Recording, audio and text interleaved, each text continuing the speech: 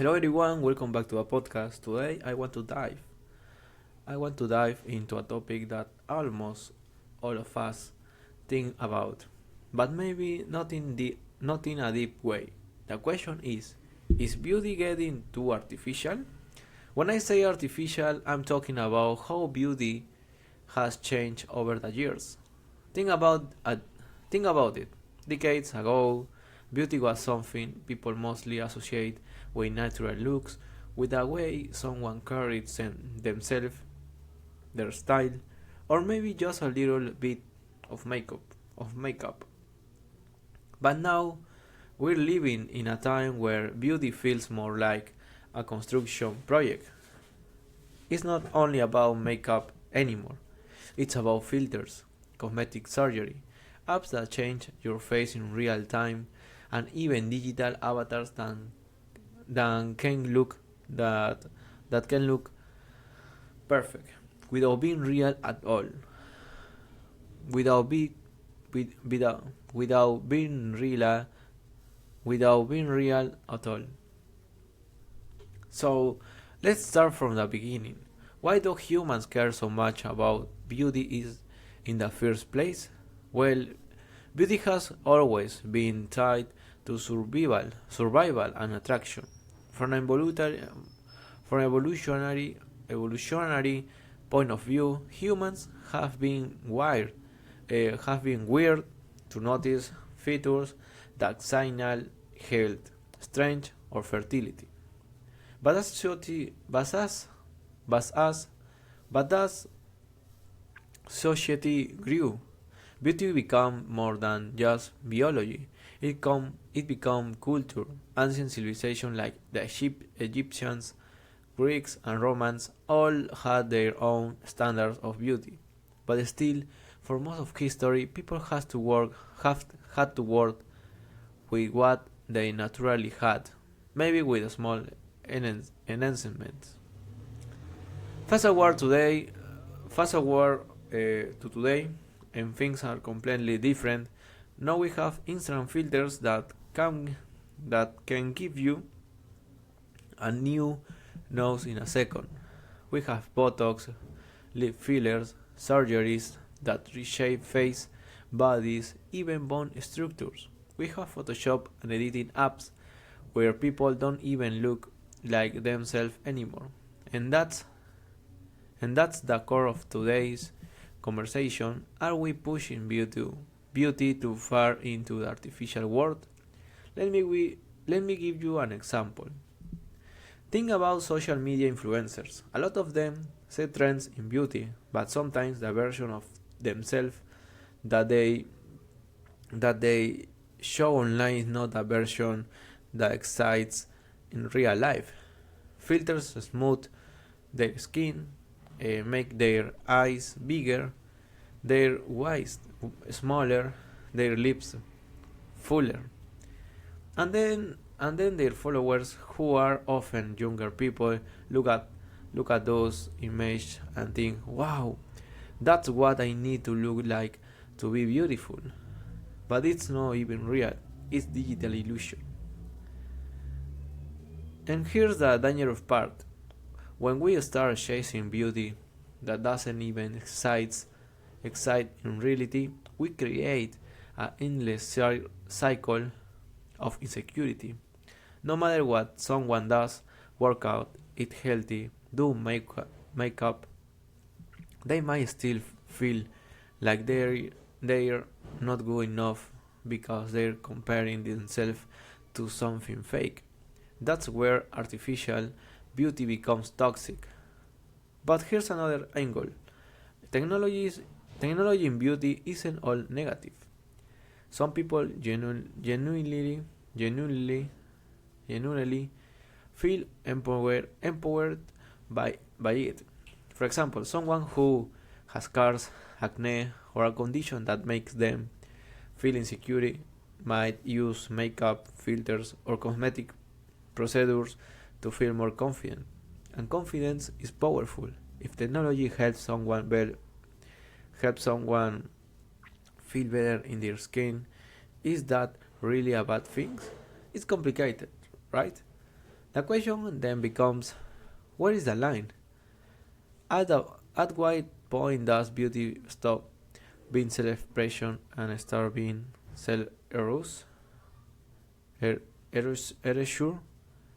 If you completely change your face, but with surgery, are you still yourself? Are you still surface? No. Are you still yourself? If you never post a photo without a filter, are people really seeing you, or just a version of you that doesn't excite? Let's also talk about the role of industries. The beauty industries makes billions every year. Every year, makeup, makeup brands, cosmetic surgeons, plastic surgery clinics, skincare companies, they all benefit from making people feel like they're not enough. The more insecure you are, the more money they make. And social media makes this worse because it constantly shows us perfect people. But here's the truth. Even those people don't like their own photos. Now let's look at now let's look at now let's look at artificial beauty in every life. Think about dating apps. How many people edit their photos before uploading them? How many times we how many times have people said, "Wow, this person didn't look like their pictures"? That's artificial. That's artificial beauty in action. It makes people question authenticity, and sometimes it even damages relationship because the expectation doesn't match the reality. But maybe the real problem isn't just artificial beauty itself, it's how we as a society define beauty. Right now, we have a very narrow idea of what beauty means: small nose, big eyes, perfect skin, slim waist, toned body, and when technology makes it possible for everyone to fit that mold digitally, it erases diversity. It makes everyone look the same. And honestly, that's kind of sad because beauty in real life comes from difference, from uniqueness, uniqueness, from personality shining through appearance. Let, let me give you a, a scenario. Imagine a future when artificial beauty becomes so normal that everyone is using filters in daily conversations, not just in social media. Maybe people will wear augmented reality glasses that make everyone look perfect all the time. If that happens, will beauty even mean anything anymore? If you, if everyone looks flawless, then nobody actually stand out. Real human connection might start to disappear because we won't even be seeing a real person in front of us.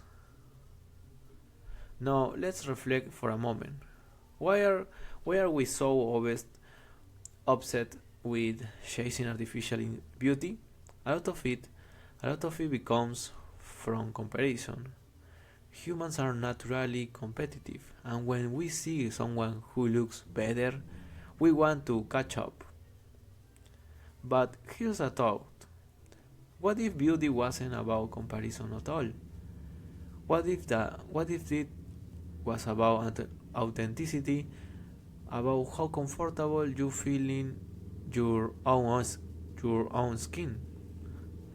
There's a powerful difference between enhancement and replacement. Enhancement enhancement means you highlight your natural features. You wear makeup because you enjoyed it. You dress in a way that makes you feel good. Replacement, on the other hand, means erasing what you naturally have because you don't accept it. Accept it. And when society leans too much toward replacement, we end up in a world where people don't even know what's real anymore. I think this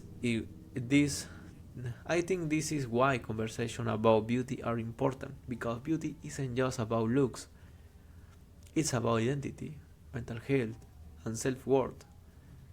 If beauty standards keep getting more artificial, more unreachable, more unreachable, then mental health struggles like anxiety, depression, and low self-esteem will continue to rise, especially among young people who are growing up with this unrealistic, unrealistic image in their face every single day. So, what's the solution? I don't think it's about banning filters or surgeries or makeup. People should have the freedom to do what makes them feel good. But I think it's about balance. It's about being honest with ourselves and others. If you use filters, admit it. If you get a cosmetic procedure, don't pretend it's natural. And most importantly, we need to teach ourselves and the next generation that beauty is not the most important things about a person. Character, kindness, creativity, humor, these are the things that truly matter. At the end of the day, beauty fades. No matter how many surgeries or products someone uses, time will always change your appearance. But but who you are as a person, the way you treat others, the way you live your life, that's the kind of beauty that lasts forever. That lasts forever. So if beauty gained to artificial, I think the answer is yes, but only if we let it. If we keep chasing a fake version of perfection, we lose the value of authenticity. But if we use technology and beauty tools in a healthy way, as a form of self-expression rather than self-replacement, then maybe artificial beauty doesn't have to be a prison. It can just be an option. Before I end, I want to leave you with this thought. When was the last time you looked? When was the last time? When was the last time you looked in the mirror and appreciate yourself without wanting to change something? If it's been a while, maybe today is a good day to do that. Because real beauty, the kind that doesn't need filters, surgeries, or validation, already exists within you. Thanks for listening to me, and I hope this episode made you think a little deeper about how beauty is evolving in our world. If you enjoyed this conversation, don't forget to share the podcast with a friend and let me know your thoughts. Do you think beauty has become too artificial, or do you see it as just another form of progress? Until next time, stay real, stay authentic, and remember, beauty is more than skin depth.